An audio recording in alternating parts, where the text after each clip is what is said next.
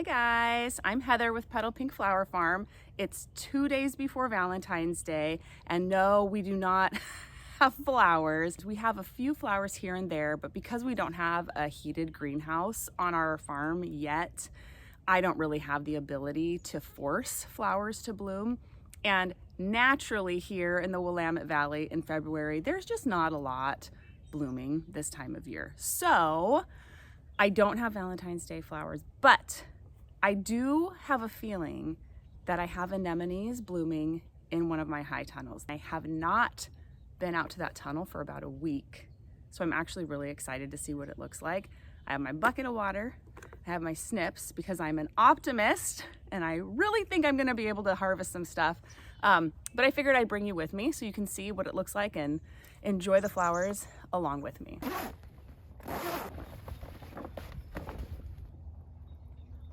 I didn't let myself peek when I was opening, so I don't actually know what this is gonna look like.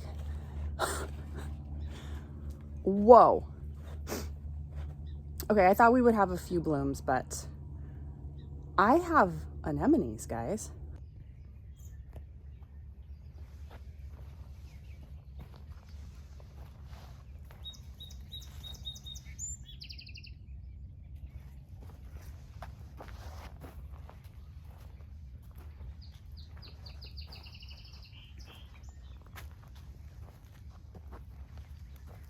Okay, so I need to harvest these. I honestly did not think I would have this many. I'm really excited because I haven't seen flowers. Anemones can be a little bit deceiving, I think, to harvest because what they do is every day at night when it starts to get dark and cold, they close up. And then when the sun comes up and it starts to warm up, they open. So this is not a flower that you can necessarily look at and know by how open it is if it's like ripe or ready to harvest. We have anemones really at many different stages in here because a lot has happened in here in the last week while I was off doing other things. So we have some that are really small and we have some that are really big. And basically, as these develop, the flowers get bigger and the space between this little frilly collar and the bottom of the bloom gets longer. This little stretch of stem right here between the collar and the bloom is called the peduncle. I did not make that up. It's a real word, peduncle. So really new flowers here that are small tend to have little to no space, a very short peduncle, if you will, and then more mature flowers have a longer one. You can see that's probably about 1.5 inches long. So what I'm looking for when I harvest my anemones is I want the blooms that are larger. That means they're not those tiny little buds that I just showed you, but they're a little bit bigger, but that don't have a super long peduncle. Because if it's very long, that tells me that the flower has been opening and closing, and basically aging on the plant so that it's not gonna have a super long vase life. Once I cut it, it's already lived most of its life on the plant. The other way I can tell if a flower is quote unquote too old to harvest and send to our florist customers is if it has started shedding its pollen. That's like a sure sign. If it's dropping its pollen inside of the flower, I will keep that flower for myself. So again, here is a flower that is not shedding its pollen. I think this is one of the most beautiful parts of anemones is that like dark purple center. But if we come over here, you can see that this one, hopefully I can focus my camera, this one you see is dropping that purple pollen. So that tells me that this flower is a little bit too old. This is too old to send to a florist. It's already on the downhill slide. That does not mean that it's not beautiful and that it can't be enjoyed, and I will enjoy it because I'm going to bring it into my house. But for florist sales, this is just a little past its prime. A couple things that we see early in anemone season that if you see this, you should not panic about. Number one is short stems. Like this is short. This is not even the shortest one out here, but it's super, super common for your first kind of few flowers on every plant to be short. That's just what they do. And the stems get longer and longer as your season goes on. Just cut the short ones, let the plant keep producing, and they're gonna get taller and taller and taller. I promise they are. The other thing that we see, or that I see, that I think a lot of people see. That's not necessarily normal, but that's not like, you don't need to panic, but it's this split stem. So this stem has split and like opened up, and then it caused it to curl, and we have this crazy wacky looking situation. This can happen for a few reasons. This can often mean that you are lacking calcium in your soil. If you're on top of soil testing, you'll kind of know like, oh no, I amended with calcium, or yeah, that's always kind of been a problem for us. So you can amend, like you can do a foliar application of calcium when you go to foliar feed your plants, and that can help.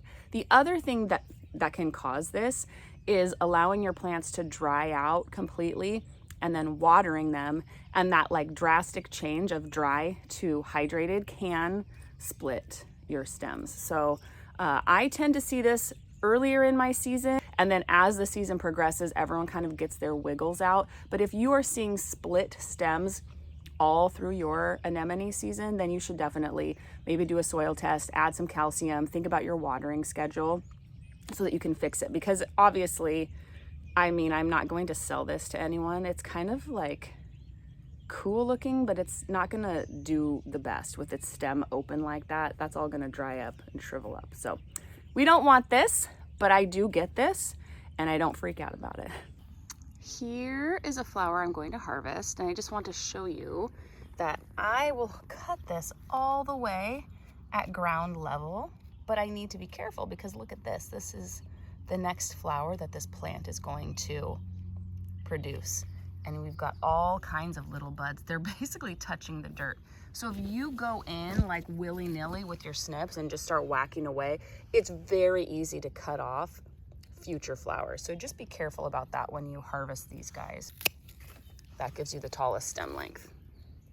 And here is an example, a really good example of a flower that I will not harvest. Now, if I was in a pinch and I needed, like, let's say I needed 100 white anemones and I was at 99, I would cut this. It would be fine.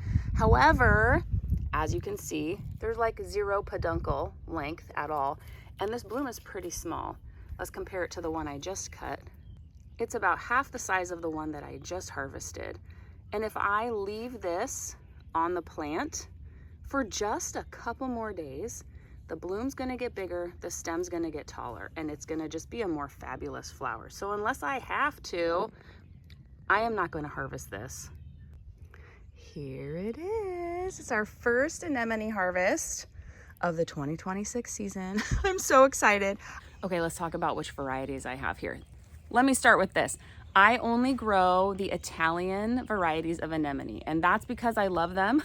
I've grown a lot of anemones over the years, and I've just always found that the Mistral Italian anemones are bigger, like chunkier, taller, and I've just had really good luck with them, and I think they're beautiful. So all of these that I have in my tunnel are Italian varieties.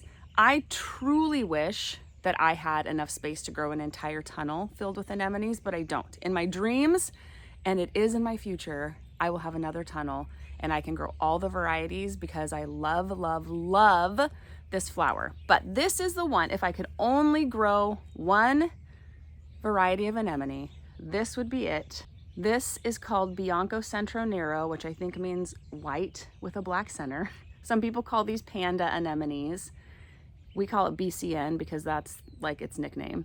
And you can see it's white. The center is actually not a true black. It's actually really, really like this deep bluish purple.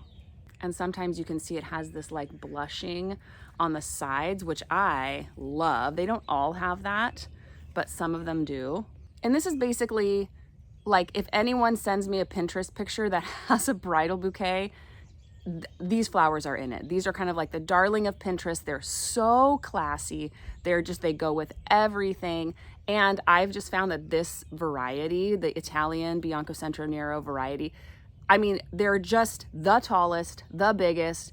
They're amazing, amazing, amazing flowers. You just can't go wrong with them. So if someone told me, Heather, you can only grow one type of anemone, it's a very easy choice for me. This is the one that it would be. Next up is this Italian variety.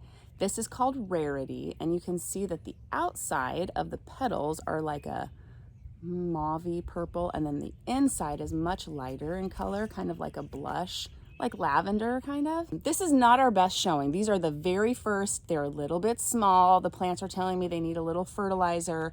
So these will get much bigger and be around the same size as the white and black ones that I showed you earlier. I love this anemone because it's so unusual and it's like it's just the perfect colors for spring.